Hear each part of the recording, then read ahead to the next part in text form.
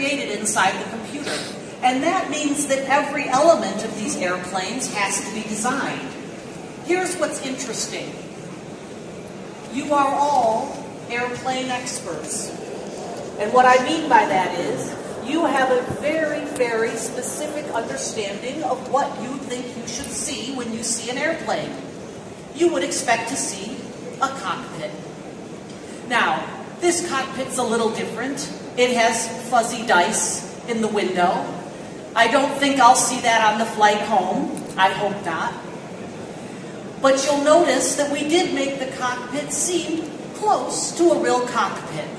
That's so our audience members enjoy the imagery. There's a little bit of developing the story. Now, this is an interesting time for us. Essentially, it's like prototyping our product, which is a very common thing for most businesses to do. How we prototype our product, though, is a very particular process. The key about filmmaking is that the storytelling is a particular type of storytelling. It's visual storytelling. And here's what I mean by that. There are lots of ways to enjoy a good story. In fact, many people truly love reading a book. But in fact, filmmaking is visual. Those sketches look like. They're rough and they're quick, but they'll give you an indication of how we determine whether or not our movie is working. Gentlemen, let's go ahead and roll the clip. Boss, where does this aircraft go? From the odd shape of this bagel, I'd say we're headed for Paris. France? Forget it! Not with their tax laws. Then I would suggest a mid-air transfer. That's Furby! Peanuts! We're after peanuts! Give up! Try pretzels, Mike. Bingo! There's our ride, boys. So it's fun and it's quick.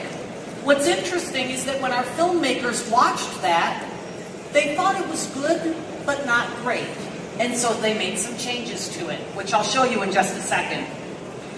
Now, as our movie moves on through the process, we create all of the digital assets. Everything that you saw in those design images, from the cockpit to the seats, to the air mask, to the beverage cart, have to be geometrically modeled, shaded, and textured within the computer. Once we have all of those elements, now we can go about actually making the movie. These movies are very long. They're 90 minutes. They run at 24 frames a second. That equates to 130,000 frames. One of those processes in the relatively early stages of production is called animation. Now, I know that our industry is called animation and our business is called animation, but in the filmmaking process, it's just one step. Animation is where we bring the character to life. It's where we give the characters all of their movements and emotions. What's interesting is that while that's very important, it's not what we as audiences feel is complete. Our expectations have been set very, very high in the world of movie making, and we expect a visual richness that goes far beyond just moving the characters. So what I'm about to show you is that same set of images of our penguins on the plane as it's gone through animation, but hasn't actually been completed yet. Gentlemen, let's go ahead and roll the clip. Boss, where does this aircraft go? From the odd shape of this bagel, I'd say we're headed for Paris. France? Forget it! Not with their tax laws. Then I would suggest a mid-air transfer. That's Furby! Try pretzels, Mike. Bingo! There's our ride, boys. Now, if you were watching closely, you noticed there were virtually no people on that airplane. Also, as he was passing out the peanuts and pretzels, there was nothing in his flippers. And when it got to the last shot, there was no imagery on the side of the plane out the window, and in fact the sky was simply represented by blue dots. Far from what we would accept as a finished product. So we take those 130,000 frames and we take them through the remaining 12 steps. character effects, environmental effects, shading, texturing, and finally, we get to lighting. Lighting is at the very end of our pipeline, and it's one of our most computationally for months on end. One movie will require over 200 terabytes of active disk space. One movie, as I've mentioned, is comprised of 500 million files, and one movie results in 250 billion pixels. And every single one of those pixels, since 2001, has been crafted on an HP workstation. It's all our artists use. In our business, our artists are our most expensive cost. They are our biggest investment. They are the people we count. We use 20 Intel cores and 96 gigs of RAM, and of course, each workstation has 2 Dreamcolor displays. In this way, our artists, every time they're ready to do a piece of artwork, the machine is ready for them. That's one of our animators. This is a very typical image of a workspace at DreamWorks, sitting there with the Dreamcolor displays in the workstation, but of course, surrounded by the imagery of the film he's working on.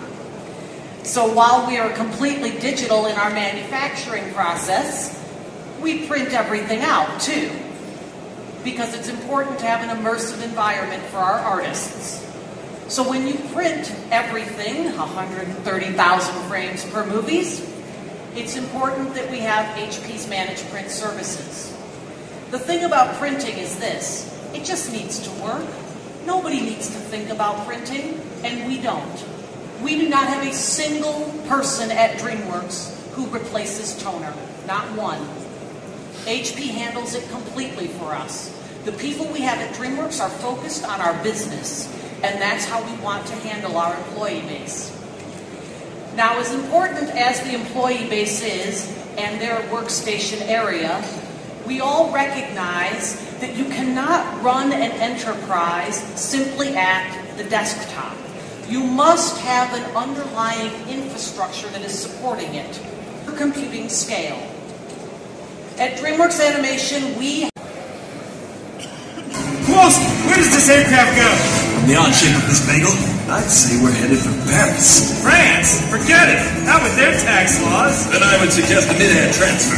That's perfect. Try Princess Mike.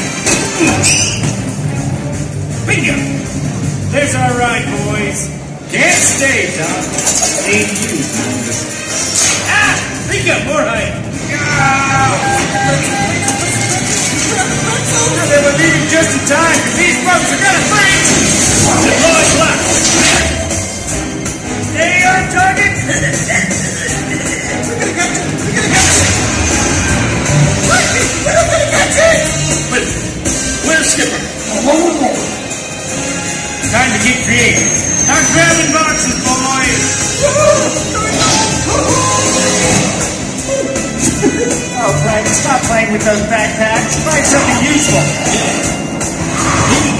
Now we're talking. Let's get to work. 400 meters. 300 meters. Make American, Kowalski. Sorry, sir. 218 yards.